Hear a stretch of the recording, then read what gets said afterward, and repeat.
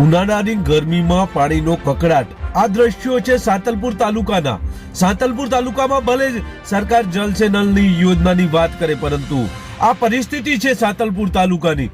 તો આ પ્રથમ વિડીયો જોઈએ, ત્યારબાદ ચર્ચા કરીએ।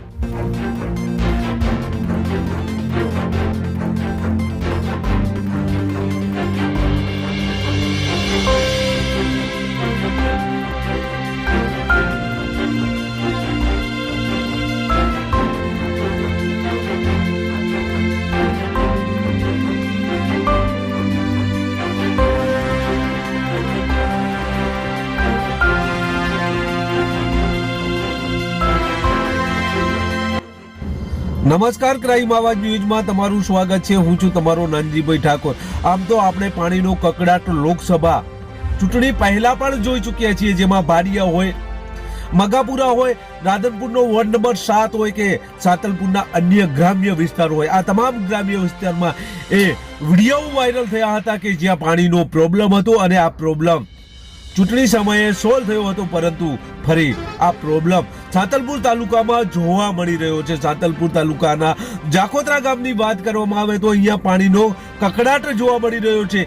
એક અઠવાડિયામાં એક વખત પણ પાણી આવતું નથી, ત્યારે ટેન્કરો દ્વારા આ ગામમાં પાણી પહોંચાડવામાં આવી રહ્યું છે। આમ જલ છે નલની જે વાતો થઈ રહી છે તે વાતો પોકળ સાબિત થઈ રહી છે, કારણ કે આ વિસ્તારમાં ભલે સરકાર શ્રી દ્વારા કરોડો રૂપિયા ખર્ચ કરવામાં આવે, કરોડો રૂપિયાના સંપ બનાવવામાં આવે, કરોડો રૂપિયાની પાઇપલાઇનો નાખવામાં આવે, સાતલપુર વિસ્તારના જે પાણી પુરવઠાના અધિકારીઓ જે કર્મચારીઓ છે તેમનું મેનેજમેન્ટ જે છે તે સારું ન હોવાના કારણે અહીંયા ભલે સરકાર શ્રી દ્વારા કરોડો લાખો રૂપિયા ખર્ચ કરવામાં આવે, પરંતુ આ મેનેજમેન્ટ સારું ન હોવાના કારણે અહીંયા પાણી પહોંચતું નથી। ત્યારે કેટલીય જે હાઈવેની હોટલો છે તે તમામ હોટલોમાં પણ ગેરકાયદેસર કનેક્શનો પણ જોવા મળે છે, પરંતુ આ ક્યાંક ને ક્યાંક આ ભ્રષ્ટાચારમાં સંકળાયેલા જે કર્મચારીઓ છે તે કર્મચારીઓ ચૂપ જોવા મળે છે, અને તેના કારણે આ ગ્રામ્ય વિસ્તારમાં અનેકવાર આ જે પાણીની જે સમસ્યા છે તે સમસ્યા સર્જાતી હોય છે। આવી જ સમસ્યા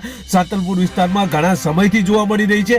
આ હાઈવેની તમામ હોટલો છે તે તમામ હોટલોને એક વર્ષ અગાઉ સાતલપુર અને રાધનપુર વિસ્તારની જે હોટલો છે તેમાં સાતલપુર વારઈ જે વિસ્તારની હોટલો છે તેમાં પાણી પુરવઠા વિભાગ દ્વારા નોટિસો પણ ઇસ્યુ કરવામાં આવી છે, પરંતુ આ માત્ર કાગળ ઉપર જ કાર્યવાહી કરવામાં આવી છે। આ કાગળ ઉપર કાર્યવાહી કર્યા બાદ આ જે હોટલ માલિકો છે તે જે સરકારી જે કર્મચારીઓ હોય છે તેની સાથે ભળી અને આ રીતે માત્ર કાગળ ઉપર જ નોટિસ રહેતી હોય છે, ત્યારે આ રીતે કાગળ ઉપર નોટિસ જોવા મળી રહી છે। અને ગ્રામ્ય વિસ્તારમાં પાણી ન પહોંચવાનું કારણ પણ આ છે। હાઈવે ઉપરની હોટલોના જે ગેરકાયદેસર કનેક્શનો છે તે કપાવવામાં આવે તો અહીંયા જે સાતલપુરનો જે વિસ્તાર છે, જે સૂકો વિસ્તાર છે, તે તમામ જે ગામડાઓ છે તે ગામડાઓમાં પાણી પહોંચે તેવી સ્થિતિનું નિર્માણ થાય તેવી સ્થિતિ હાલ જોવા મળી રહી છે। ત્યારે આ બાબતે જે પાણી પુરવઠાના અધિકારીઓ છે તે કર્મચારીઓ છે એ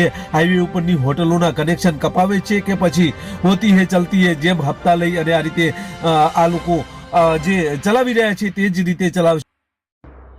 હોટલો છે આ હોટલો ઉપર માત્ર પાણી પુરવઠાના અધિકારીઓ દ્વારા નોટિસો આપવામાં આવી છે, અને ત્યારબાદ આ નોટિસો આપ્યા બાદ તેમણે સેટિંગ કરી લીધા હોવાના પુરાવા પણ હાલ જોવા મળી રહ્યા છે। ત્યારે હાઈવેની તમામ હોટલો છે જ્યાં નોટિસો આપી હતી ત્યાં પણ આ રીતે ગેરકાયદેસર કનેક્શનો જોવા મળી રહ્યા છે, અને તેના કારણે હાઈવે ની હોટલોમાં પાણીનો બગાડ થાય છે, અને આ બગાડ થવાના કારણે આગળ અંતરિયાળ વિસ્તાર જ્યાં સરહદી વિસ્તારના જે ગ્રામ્ય વિસ્તારો છે ત્યાં પાણી પહોંચતું નથી। તેવામાં જાખોત્રા ગામે પાણી ન પહોંચતા આ ગામ લોકો ત્રાહિમામ પુકારી ગયા છે। અહીંયા એક અઠવાડિયામાં જે પાણીનું ટેન્કર છે તે મંગાવવામાં આવે છે, અને આ પાણીના ટેન્કરથી જે પીવાનું પાણી છે તે આ ગામમાં પહોંચે છે। ત્યારે આ અધિકારીઓ દ્વારા હાઈવેના કનેક્શનો કાપવામાં આવે તેવી લોક માંગ ઉઠી છે। બસ એ જ। જો તમે અમારી ચેનલમાં નવા છો અને આવા જ લેટેસ્ટ ન્યૂઝ જોવા માંગો છો તો અમારી ચેનલને અત્યારે જ સબસ્ક્રાઇબ કરો, જેથી આવનાર લેટેસ્ટ ન્યૂઝ તમારા સુધી પહોંચી શકે। નમસ્કાર।